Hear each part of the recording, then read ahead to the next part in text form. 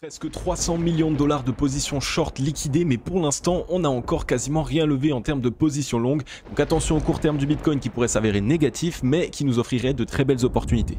Hello à toute la team Logic, ravi de vous retrouver dans cette nouvelle analyse du marché crypto-monnaie. On est aujourd'hui le mercredi 10 novembre 2017 et il est 17h01 à l'heure à laquelle je tourne cette vidéo. Alors comme vous le voyez ici, on a un Bitcoin qui continue de consolider, 68 169 dollars, 1,01% à la hausse. Vous allez voir dans cette vidéo qu'on a eu pas mal de volatilité et aussi qu'il y a eu certaines news très positives pour le fondamental du Bitcoin et donc évidemment pour cette deuxième phase du bull run. Un Ethereum avec 0,43% à la hausse, 4831 dollars qui est dans des dispositions assez hésitantes. Donc on va bien surveiller. Vous le savez, en ce moment, j'ai ce sentiment qu'on a un papa Bitcoin qui prépare quelque chose et donc qui pourrait amener par la même occasion la Bitcoin dominance et faire en sorte de se retrouver sur le devant de la scène au détriment des altcoins. On a 1,02% pour le BNB, on voit qu'on a XRP qui se réveille ici avec 4,08%, Litecoin qui ne s'arrête plus avec 8,73%, on a le Chainlink qui le suit de très près avec 8,75%, Uniswap avec un petit score de 1,69% à la hausse, on a le Bitcoin Cash, le Algorand ici avec 3,35%, 5,95% pour le Stellar et on a 2,16% de la part du Tron qui remonte ici à la 25e place.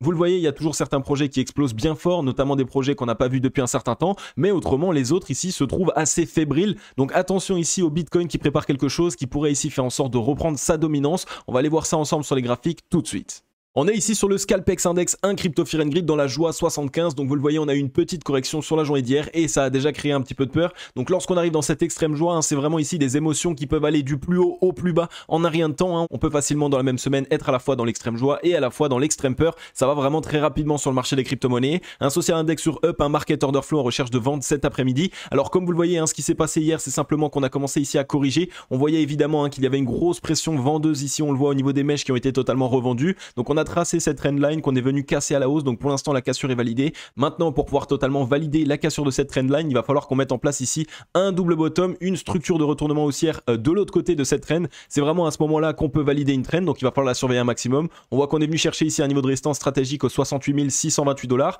On est venu avec une mèche simplement au dessus, comme si on voulait juste gratter des liquidités, fermer ici toutes les positions short des personnes qui ont shorté et par la suite ici avoir un certain retournement. Donc attention, pour ma part actuellement je ne crois pas forcément ici à cette cassure que nous avons réalisé. Il va vraiment falloir attendre ici un double bottom qui se mette en place et ça pourrait déjà nous offrir une première opportunité ici. Et si on regarde maintenant au niveau de la mèche, on est venu simplement ici sur les clôtures de bougies. On n'est pas allé chercher en dessous et généralement c'est là où se cachent les stop loss, c'est là où on peut chercher des liquidités. Donc il y a deux raisons qui sont possibles à ça. Soit vraiment on a une Whales ici qui s'est vraiment positionnée et donc qui a totalement défendu sa position pour ne pas être liquidée. Soit on est simplement ici sur un gros fake out pour qu'il y ait un maximum de personnes qui pensent que ça y est c'est parti. On vient les rect, en même temps on vient chercher des liquidités en dessous, donc on fait vraiment un gros coup, on vient vraiment liquider un maximum de positions longues et par la suite cette fois-ci on renvoie totalement le prix, on dégoûte un petit peu par la même occasion tous les investisseurs qui viennent de rentrer, donc ça peut aussi faire ici pas mal de peur. Donc on va surveiller ce qu'il se passe, on va aller de toute façon voir ça ensemble sur les graphiques, mais d'abord on va aller voir les liquidations. Du côté des liquidations, vous le savez, j'aime beaucoup vous les passer et comme vous le voyez, on a eu plutôt ici un nettoyage qui a été réalisé pour les positions short. Donc on n'est pas encore allé s'attaquer aux positions longues. Vous le voyez, on a vraiment des petits spikes, mais on parle ici en dizaines de millions, 12 millions, 11 millions. Tandis que ici, c'est en 44 millions. On voit que là, on est allé chercher 62 millions de positions short et ici, on a liquidé 64 millions de positions short. Donc vraiment, on s'est attaqué aux positions short. On a eu ici, de toute façon, des pump and dump. On est vraiment ici sur quelque chose d'extrêmement volatile avec des waves qui cherchent totalement toutes les liquidités. Pour toutes les personnes qui mettent des leviers, eh bien leur but, ça va être de les lever. Donc pour l'instant, on s'est vraiment attaqué aux positions short, mais on le voit qu'on n'est pas encore allé vraiment s'attaquer aux positions longues. Donc c'est vraiment cette zone, ce creux que je vous ai montré ici simplement sur le Scalpex Index, ça va être sans doute ici cette zone aux 65 367 dollars qui serait déjà une première zone de liquidation assez importante. Donc on va bien surveiller ce qu'il se passe. On pourrait être ici simplement sur un petit fake out ou sur un effet d'annonce aussi, puisque on le sait, on a eu une annonce aujourd'hui de la part des US pour dire que l'inflation a augmenté de 6,2% dans leur pays. Et donc de cette manière, toutes les valeurs refuges ont bien explosé. On a eu l'or, on a eu l'argent et le Bitcoin évidemment qui est maintenant une valeur refuge. La team Logic, on est 9760 sur la chaîne, on se développe ultra rapidement. Bienvenue à tous les nouveaux membres de la team Logic, ça fait vraiment super plaisir. En ce moment, vous êtes en train de tout défoncer, à la fois au niveau des likes, à la fois au niveau des commentaires, à la fois au niveau des nouveaux membres qui nous rejoignent. Donc vraiment un grand bienvenue à vous tous et pour vous remercier, vous le savez, j'ai mis en place le mystérieux grimoire de l'investisseur crypto-monnaie qui est un guide que j'ai rédigé moi-même pour vous aider et vous accompagner dans votre investissement crypto-monnaie. Donc à l'intérieur, vous allez y trouver 11 tips et procédés indispensables indispensable à absolument connaître avant de vouloir investir sur le marché des crypto-monnaies.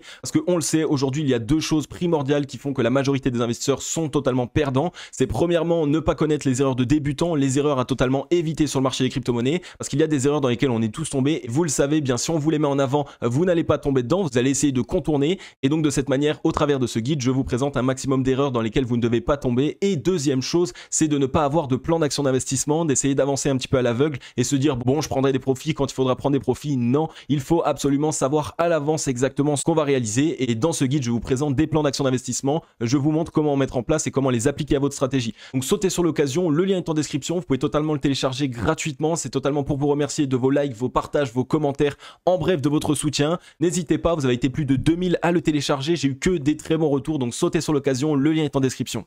Ok, on est ici sur le Bitcoin et comme vous le voyez pour l'instant, on est calfeutré ici entre ce niveau de résistance aux 68 539 $ et ce niveau de support ici aux 66 025 $.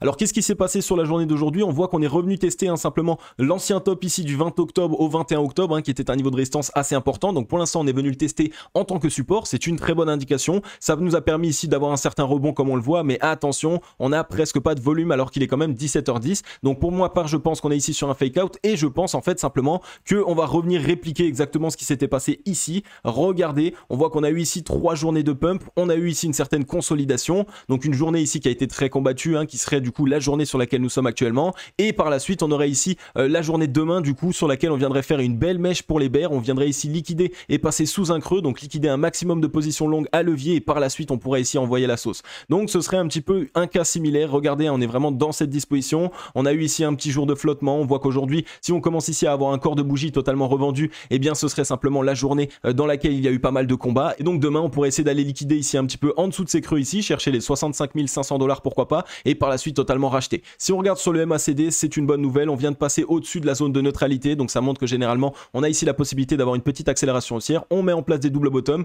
donc pour l'instant, le momentum se déverse bien pour les acheteurs. Donc on peut soit commencer à consolider pour vraiment récupérer de la force et ensuite envoyer le mouvement, soit du coup mettre en place ce que je vous ai dit tout à l'heure, faire une petite mèche ici perdue et par la suite laisser les acheteurs totalement racheter le mouvement. Si on regarde sur le RSI, on est en train de faire pour l'instant un petit M-top, on a une petite divergence baissière, donc ça nous montre déjà sans doute que le mouvement sur lequel nous sommes actuellement n'est pas vraiment appuyé par les acheteurs. On est ici juste sous les 70 de RSI, donc c'est pas sur cette disposition que de toute façon on va pouvoir casser les 70 de RSI. Donc dans tous les cas, il va nous falloir ici essayer de transformer ça en double bottom pour pouvoir par la suite se relancer et donc à ce moment-là vraiment rentrer dans la zone de surachat, faire en sorte évidemment qu'on casse les 70 000, qu'on fasse venir un maximum de retail et là à ce moment-là on pourra mettre en place certains plans. Donc voilà pour le Bitcoin, pour l'instant on voit qu'on est en consolidation, on est en perte de volume total, on vient de dépasser ici la zone de neutralité, donc le moyen et long terme sont vraiment très bons sur le Bitcoin, on va exploser. Essayez évidemment de laisser traîner des ordres au cas où si demain on vient faire une petite mèche, ça pourrait vous permettre vraiment de vous positionner à très bon prix.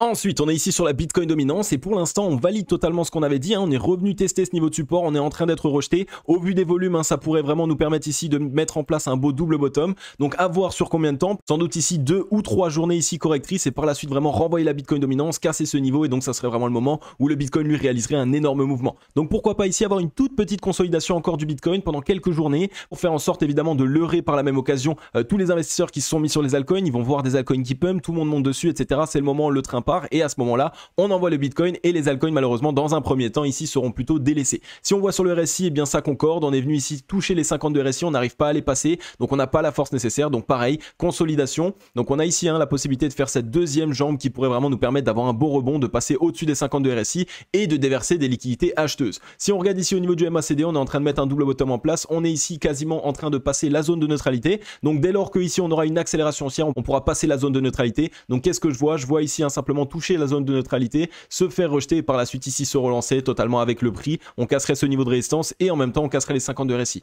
Donc là pareil, surveillez fort la Bitcoin dominance ces prochains temps, vous le savez, elle va nous permettre de nous positionner au mieux, c'est-à-dire que si bien évidemment ces prochains temps c'est le Bitcoin qui réalise les meilleures performances, et bien pourquoi pas essayer de se ledger et de mettre en place une petite stratégie pour avoir plus d'allocation sur le Bitcoin et inversement évidemment si la Bitcoin dominance elle corrige, et bien pourquoi pas faire en sorte de tirer un maximum profit des altcoins et donc de se positionner dessus. Donc on va bien surveiller ce qu'il se passe, mais actuellement on est vraiment dans les dispositions ici pour mettre en place un double bottom et permettre à Papa Bitcoin enfin de se relancer et de se remontrer. Ensuite, encore un petit signal qui pourrait nous montrer qu'on n'a pas forcément trouvé réellement le bottom entre guillemets sur le Bitcoin ou qu'on n'a pas fini simplement de consolider, c'est que le dollar, encore une fois, il fait des choses incroyables, il arrive encore à partir. Et évidemment, pour l'instant, on est en train de buter sur cette grosse zone de résistance au 94 506. Donc c'est vraiment la zone qu'il ne va pas falloir passer parce que si malheureusement, on va la franchir à la hausse, eh bien ça pourrait permettre au dollar de péter et malheureusement, ce serait pas une très bonne indication pour le Bitcoin et pour le marché des crypto-monnaies. Donc on va bien surveiller ce qu'il se passe sur le dollar. On a mis en place un double bottom. On voit qu'on a eu ici des mèches qui ont été rachetées et pour l'instant on a eu ici une grosse explosion de la part des acheteurs.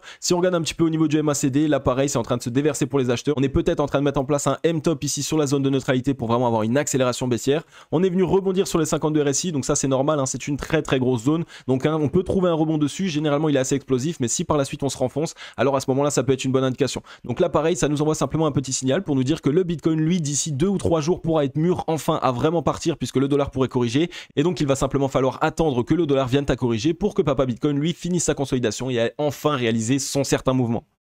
Du côté du crypto total, incluant le Bitcoin, on voit que pour l'instant, voilà, on est en train de bien partir. On a des petites zones de consolidation, on explose, on consolide, on explose. On a ici du volume acheteur qui commence à être croissant. Attention, on a eu pas mal de volume bear sur la journée d'hier. Alors rappelez-vous, je vous avais parlé ici de cette énorme divergence bear sur le MACD. Eh bien, on a invalidé cette divergence étant donné qu'on a rebondi ici sur la zone de neutralité. Donc pour l'instant, c'est plutôt une bonne indication. Ça montre ici qu'on pourrait avoir des liquidités qui sont déversées ces prochains temps sur le marché crypto-monnaie. Vous le savez, pour ma part, selon les cycles, je pense qu'on va plutôt avoir des liquidités qui vont être déversées sur les big caps. Donc tout ce qui est Bitcoin, Ethereum et vraiment les projets qui ont fait leurs preuves et qui sont là depuis un certain temps. Donc il va falloir qu'on les surveille très prochainement. Je pense que vraiment ici on pourra avoir cette petite rotation sectorielle et qu'on remette en place ici évidemment les gros projets, que ça soit vraiment eux dans un premier temps qui attirent la convoitise. Si on regarde maintenant un petit peu au niveau du RSI, on voit qu'on est venu rebondir sur les 70 de RSI et que pour l'instant on est en train de trouver un rebond. Donc à voir ce que ça va donner. Est-ce qu'on va avoir ici un M-top qui se dessine? Pour l'instant on clôture au-dessus du top ici des 71,26, donc c'est plutôt une bonne indication. On pourrait ici vraiment mettre en place aussi un beau double bottom pour se relancer et à ce moment-là faire rentrer encore un maximum de liquidité sur le marché des crypto-monnaies. Donc pareil, surveillez bien là cet indicateur, il va nous permettre de savoir qu'il y a toujours de l'entrain sur le marché des crypto-monnaies, qu'il y a encore des investisseurs et des liquidités qui y sont déversées. Du côté de Ethereum face à Bitcoin, ça a bougé, on a du nouveau, on est passé, donc on a eu une clôture en dessous des zéros ici du MACD, donc c'est plutôt une mauvaise indication pour dire qu'on pourrait avoir ici une petite déferlante baissière entre guillemets. Donc ça montrerait quoi? Ça montrerait simplement que dans un premier temps, Ethereum réaliserait de moins bonnes performances que le Bitcoin, et c'est ce que je vous explique depuis un certain temps. Vraiment, Papa Bitcoin pourrait ici reprendre son trône et vraiment faire en sorte lui d'abord de réaliser son certain mouvement. Au niveau des volumes, on voit qu'on n'a pas eu énormément de volume vendeur hier, mais qu'on est passé sous cette zone de résistance ici. Donc attention, il va falloir qu'on surveille ici. On voit qu'on est vraiment proche ici d'aller chercher les 52 RSI et je pense que c'est ce qu'on va faire. On est actuellement sur support, on trouve un petit rebond, mais attention à pas se faire enfoncer et à venir chercher les 52 RSI demain. On a mis en place un petit M-top et on voit que pour l'instant on ne fait que mettre en place des M-top, on n'a pas de double bottom, donc c'est plutôt une indication ici baissière. Donc là pareil, surveillons un petit peu ce qu'il se passe ces prochains temps. Vraiment, on a pas mal d'indications qui pointent dans la même direction pour dire que Papa Bitcoin pourrait vraiment reprendre son trône prochainement. Ensuite, on est ici sur Ethereum, justement, on en parlait. Eh bien, regardez, pour l'instant, on est toujours en train de se construire en escalier, ce qui est plutôt une bonne indication généralement. Ça permet à un actif de se construire plutôt sainement. Donc, vous voyez ici, on a une latéralisation, une explosion, latéralisation, consolidation, et des fois, on peut même avoir une petite correction simplement ici en bull flag. C'est à peu près la même chose, ça permet de récupérer de la force, et par la suite, on explose. Et on voit qu'on a fait ça ici sur toute la montée, donc c'est plutôt une bonne indication. Alors, par contre, si on regarde un petit peu au niveau du MACD, là, c'est une moins bonne indication. On voit qu'on a une énorme divergence baissière qui est en train de se mettre en place. Donc, pour l'instant, elle n'est pas encore valide, vous le savez, on peut totalement sauver ça en mettant en place un double bottom et en se relançant ici par exemple sur la zone de neutralité. Mais voilà, pour l'instant on a toujours ici cette divergence baissière, donc ça peut nous montrer quoi? Ça peut nous montrer deux choses. Soit on va devoir l'annuler ici avec une grosse consolidation sur Ethereum, donc qui récupère simplement beaucoup de force, soit inversement on peut mettre ici en place une structure de retournement baissière et donc de cette manière bien on viendrait valider ici cette divergence baissière et on pourrait aller rechercher certaines zones. On voit qu'on a énormément de creux qui sont mis en place étant donné qu'on s'est construit en escalier. On a ici pourquoi pas la zone des 4437 $. On aurait stratégiquement ici les 4256 $ et vraiment si jamais on veut faire une grosse frayeur, on aurait les 3852 $. Donc je ne pense pas qu'on irait jusque là, mais en tout cas attention, on pourrait ici vraiment essayer d'aller gratter certaines liquidités sur cet actif. Beaucoup de gens ont commencé à se positionner en levier, on est aux 4843 $, on a peut-être quand même plus la chance d'aller aux 5000 $ avant peut-être d'avoir une certaine correction. Donc là surveillez bien sur Ethereum, on pourrait aller chercher les 5000, mais attention une fois aux 5000 $, qui pourrait être une grosse zone de prise de profit. On voit qu'on a eu ici une énorme consolidation sur les 70 de RSI, donc on a été totalement à plat, donc là aussi divergence baissière, soit vraiment on a une accélération haussière, on passe au-dessus des 70 de RSI et on commence à mettre en place du momentum acheteur, donc de la force acheteuse, soit malheureusement et bien ici on va venir être rejeté des 70 de RSI et on risque de céder à la baisse étant donné que ce niveau de support a vraiment été beaucoup travaillé sur le RSI. Donc là pareil, Ethereum n'est pas dans la meilleure des dispositions possibles pour l'instant, on va peut-être aller toper les 5000 $, mais attention à ce qui pourrait se passer par la suite, il va vraiment falloir qu'on le surveille ces prochains temps. Et ensuite les amis, on va faire un petit tour du côté du Link. Ça va être le seul altcoin que je vais vous passer aujourd'hui, parce que dans la vidéo d'hier je vous ai présenté mon top 12 altcoins graphiques. Graphique, ça veut dire simplement que c'est graphiquement parlant, qui était dans de très belles dispositions pour réaliser de beaux profits. Donc ce n'est pas mon top 12 altcoins pour la deuxième phase du bullrun. Celui-ci il mijote, hein, je vais le faire prochainement, ne vous inquiétez pas, vous avez été très nombreux à me le demander. C'est juste que graphiquement parlant, j'avais pas mal de projets sous le coude à vous présenter. Donc on est ici sur le Chainlink et on voit que voilà, on est venu mettre en place un beau double bottom ici sur le MACD. Donc pareil, hein, la force acheteuse ici se déverse pour les acheteurs. On a cassé cette zone boule, hein, qui était un double bottom weekly, donc c'est une très bonne indication. On est revenu le tester en tant que support exactement comme je vous l'avais dit. Donc je vous avais dit que si vraiment on venait tester ici cette zone en tant que support et qu'on ne passait pas en dessous, qu'on clôturait au-dessus, eh bien ce serait une belle zone de prise de position, puisque regardez ici, très nette explosion. Sur le RSI, on a cassé ici la résistance des 65,87, donc on est en train de se diriger vers les 70 de RSI. Je pense là pareil qu'on va s'introduire dans les 70 de RSI. Le Chainlink est considéré évidemment comme un big caps, hein, donc ça pourrait être typiquement ce style de projet sur lesquels un maximum de liquidités peuvent être déversées. On voit que les acheteurs sont bien présents, on voit qu'on a un volume acheteur qui est croissant, qu'on se construit plutôt dans une bonne disposition, hein. Regardez ici, on a eu un double bottom, on a explosé, on a consolidé sous cette grosse zone de résistance et on vient à peine de casser la zone. Donc le Chainlink, hein, c'est un actif qui n'a pas performé depuis très longtemps. On voit qu'il a encore ici la possibilité totalement de repartir à la hausse. Attention, comme vous le voyez, on va arriver ici prochainement dans une zone de rechargement vendeuse. Donc ici, il peut y avoir pas mal de vendeurs qui nous attendent entre cette zone ici des 37,24 $ jusqu'au 44,02 $. Donc on va bien surveiller ce qu'il se passe. C'est une belle zone ici, hein, qu'aiment bien les institutionnels pour essayer de revendre, et vous le voyez d'ailleurs, on commence à avoir une mèche. Donc on va bien surveiller ce qu'il se passe sur le Chainlink, on surveille bien cette zone, mais en tout cas c'est un actif qui pourrait nous montrer de quoi il est capable. Ensuite, du côté de Twitter, on a Grégory Raymond ici qui nous partage une news, hein, et qui nous dit que l'inflation à 6,2% aux États-Unis soit du jamais vu depuis 30 ans. Ministère du Travail, donc sa source, hein, réaction immédiate sur le cours du Bitcoin. Donc c'est pour ça qu'on a connu un rebond aujourd'hui. Donc quand c'est un pump effet d'annonce, et bien à ce moment-là, il y a souvent la possibilité aussi par la suite d'avoir un certain retour de bâton, ou au moins d'essayer de créer une petite frayeur. Donc on va bien surveiller ce qu'il se passe, hein. On a eu une énorme explosion dès lors qu'il y a eu cette news. C'est tout à fait normal par la même occasion. Ça montre quoi? Ça montre que le Bitcoin est de plus en plus fort, puisqu'il permet à des populations de se ledger par rapport à ce qu'il peut se passer. On le sait, nous aussi en France, on commence à avoir de plus en plus d'inflation, commence à y avoir de plus en plus de problèmes économiques et surtout les répercussions du Covid qui arrivent sur notre économie traditionnelle. Donc on va bien surveiller ce qu'il se passe. Ça pourrait être vraiment ici l'élément déclencheur de l'adoption mainstream très forte, un maximum de pays plongés dans l'inflation, la population qui cherche à se ledger un maximum, et comme vous le savez, les valeurs refuges sont là pour ça. Il y a l'immobilier, il y a l'or et il y a le Bitcoin et le marché des crypto-monnaies. Donc ça peut nous permettre d'attirer un maximum de liquidités, encore quelque chose à suivre de très près. Petite rétrospective ici pour vous montrer qu'on a fait exactement la même chose sur le cours de l'or. Donc vraiment les valeurs refuges ici sont recherchées très fortement. On arrive dans la phase 2 du bull run. On voit que comme par hasard, on va dire économiquement parlant, tout concorde. On a l'inflation qui commence à se mettre en place. Donc une population qui va chercher un maximum de valeurs refuges. Donc ça peut vraiment ici être une vague numéro 2 du bull run totalement historique. Ensuite, on a PocMe ici qui nous partage vraiment un travail que je trouve très intéressant et qui nous dit: imaginez que nous sommes en 1998 encore, simplement parce que je vous en ai parlé dans la vidéo d'hier. Je vous expliquais que en réalité, on a tous les yeux plongés ici sur le marché des crypto-monnaies. On a l'impression que tout le monde s'y connaît, que tout le monde a déjà entendu parler, etc.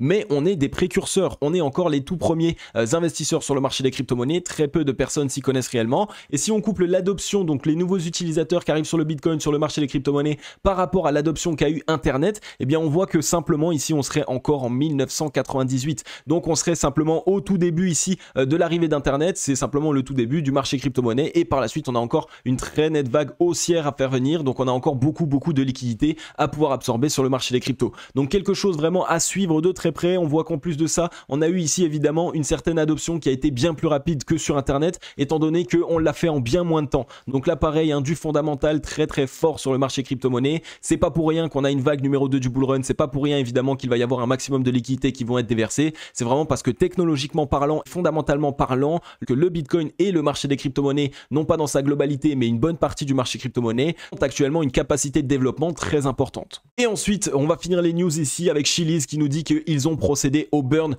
leur fameux Q3, donc du trimestre 3, et ils ont brûlé 7 536 284 Chiliz qui sont passés directement dans l'incinérateur. Donc c'est bon. Sur le Chiliz, encore une fois, on a cet effet de rareté qui se met en place. Vous le savez, généralement, on l'a vu avec Terra Luna, on l'a vu avec Ethereum, on l'a vu avec pas mal de projets. Lorsqu'il y a des burns qui sont mis en place, eh bien ça crée un gros effet de rareté, et en plus de ça, généralement, ça attire un maximum d'investisseurs. Donc pareil ici, Chiliz à surveiller. C'est un projet qui a bien performé au tout début de l'année, qui depuis est en grosse latéralisation. Donc vous le savez, deuxième phase du bull run, ça pourrait être ici un sujet hot à mettre sur notre watchlist. Ok la team logique, j'en ai fini avec cette vidéo, j'espère qu'elle vous aura plu un maximum, si elle vous a aidé et accompagné dans le marché crypto-monnaie, si elle vous a permis de vous repérer, bien n'hésitez pas à me le faire savoir avec un gros like et un gros commentaire, ça fait vraiment super plaisir.